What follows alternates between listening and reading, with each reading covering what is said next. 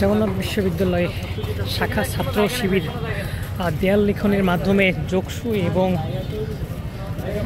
আবাসন যেই বৃত্তি রয়েছে সেটির দাবিতে কিন্তু তারা দেয়াল লিখন করছেন।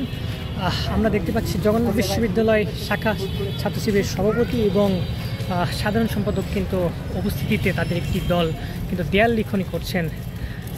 তারা কিন্তু আবাসন ভাতা এবং যেই সম্পর্ক বৃত্তি এবং যেই ছাত্র সংসদ নির্বাচন সেটির দাবিতে কিন্তু তাদের এই দেয়াল লিখন কর্মসূচিটি পালিত হচ্ছে। আমরা শাখা ছাত্র শিবিরের সভাপতিকে দেখছি, তিনি কিন্তু এই দেয়াল লিখন কর্মসূচিটির নেতৃত্ব দিচ্ছেন। তিনি কিন্তু আমরা দেখতে পাচ্ছি এই মুহূর্তে তিনি যেই ছাত্র সংসদ নির্বাচন সেটির দাবিতে তাদের যেই দাবিগুলো তুলে ধরছেন।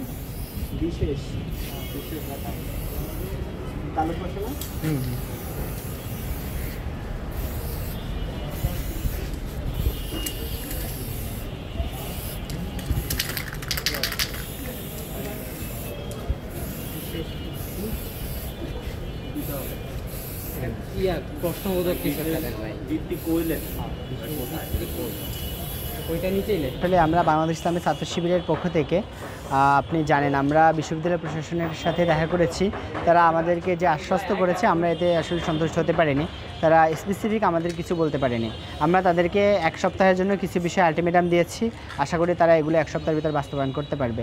আমরা গতকালকে বাংলাদেশ বিশ্ববিদ্যালয় মঞ্জুরি কমিশনের ইউজিসির সম্মানিত চেয়ারম্যান মহোদয়ের সাথে দেখা করেছি। তিনি আমাদেরকে কিছু বিষয় আশ্বাস করেছেন যে আগামী 22 তারিখের ভিতরে তিনি আইনটাকে আইন মন্ত্রণালয়ে পাঠাবেন এবং এটাকে পাশ করে নিয়ে আসার জন্য সর্বোত্তম চেষ্টা করবেন। আমরা বলেছি যে এই মাসের ভিতরে যাতে করে যকসুর আইনটা পাশ করানো যায়। তো যেহেতু আমরা এখনও আইনটা হাতে পাই নাই, সুতরাং আমাদের কর্মসূচিগুলো আমরা থামাবো না। আমাদের নিয়মিত কর্মসূচি থাকবে এবং আমরা এগুলো পালন করে যাব ইনশাল্লাহ। আমরা আমাদের যে ডেডলাইন আছে এটা যদি পার করে ফেলে, তারা এর ভিতর যদি বাস্তবায়ন করতে না পারে, তাহলে আমাদের কর্মসূচি হার্ডলাইনে যাবে ইনশাল্লাহ। আর যদি তারা পাশ করে ফেলে তাহলে তো তাদের জন্য সাধুবাদ।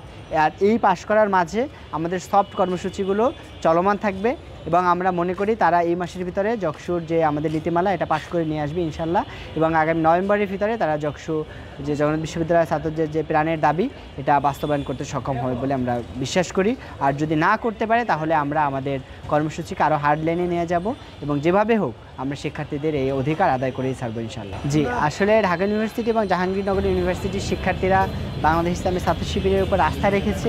এই জন্য এই দুই বিশ্ববিদ্যালয়ের শিক্ষার্থী ভাই বোনদের প্রতি অশেষ কৃতজ্ঞতা জ্ঞাপন করছি। আমরা জগন্নাথ বিশ্ববিদ্যালয়ে শুরু থেকে আমরা শিক্ষার্থীদের পাশে দাঁড়ানোর চেষ্টা করছি। শিক্ষার্থীদের নানাবিধ সমস্যা নিয়ে কাজ করা, শিক্ষার্থীদের সব সমস্যায় আমরা যেমন পাশে ছিলাম এবং আমরা বিশ্ববিদ্যালয়ের বাহির থেকেও কীভাবে করে বিশ্ববিদ্যালয়ের শিক্ষার্থীদের সমস্যাগুলো সমাধান করা যায় এ বিষয়ে আমরা সর্বোচ্চ প্রচেষ্টা করে যাচ্ছি। আমরা প্রত্যাশা করি জগন্নাথ বিশ্ববিদ্যালয়ের শিক্ষার্থীরাও ছাত্র শিবিরের প্যানেলের উপরে ভরসা রাখবে, এটা আমরা প্রত্যাশা করি। তারপরে শিক্ষার্থীরা যাকে ভালো মনে করে, যাকে যোগ্য মনে করে তাকেই ভোট দিবে এবং শিক্ষার্থীদের এই মতামতকে আমরা অবশ্যই সাধুবাদ জানাই।